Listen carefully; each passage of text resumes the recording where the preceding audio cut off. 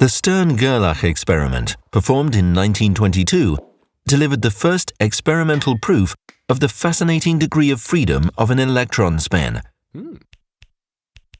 A beam of silver atoms was generated in an atomic beam furnace. It was then sent towards an inhomogeneous magnetic field. According to classical physics, one would expect the magnetic moments of silver atoms to be randomly oriented. They should be deflected in the inhomogeneous magnetic field by different amounts, depending on their orientation.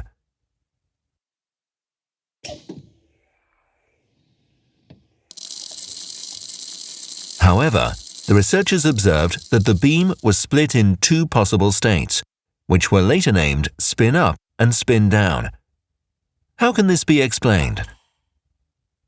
Let us first analyze the electron configuration of a silver atom. One silver atom has a total of 47 electrons. In 46 of these electrons, each spin up is paired with one spin down. The spins neutralize each other. There is only one unpaired spin, the spin of the 5s electron. It can be either in spin up or spin down, or in any superposition of these two states. We can represent this spin state using a Bloch sphere. The spin can point in any random direction.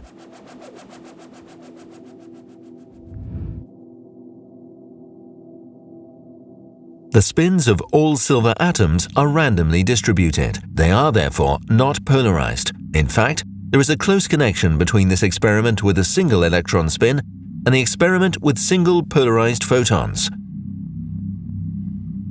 Here, the polarizing filter corresponds to the inhomogeneous magnetic field. Just like with photons, in a single experiment, it is completely random whether the spin points in the direction of the polarizing filter or in the opposite direction. The result is a black and white random pattern. Let's have a closer look at the quantum mechanical measurement process in the Bloch sphere. The spin has some arbitrary orientation before it interacts with the inhomogeneous magnetic field. The inhomogeneous magnetic field acts as a filter. It is presented here as a slot. It forces the spin to take a random orientation, either in line with the inhomogeneous magnetic field or in the opposite direction. If the basis state is close to up, it is very unlikely to change the direction in down. However, it may still do so.